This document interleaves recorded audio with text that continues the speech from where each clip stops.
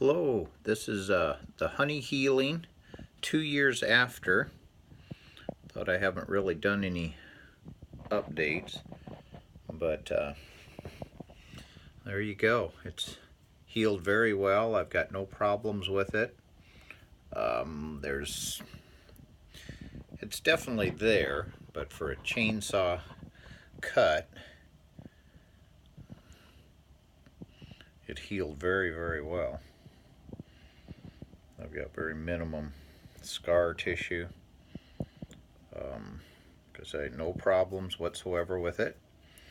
Very, very good.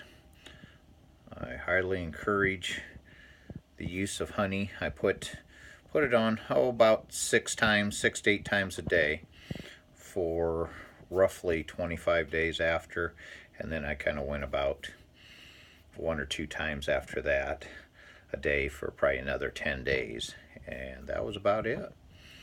And it really seemed to do the job.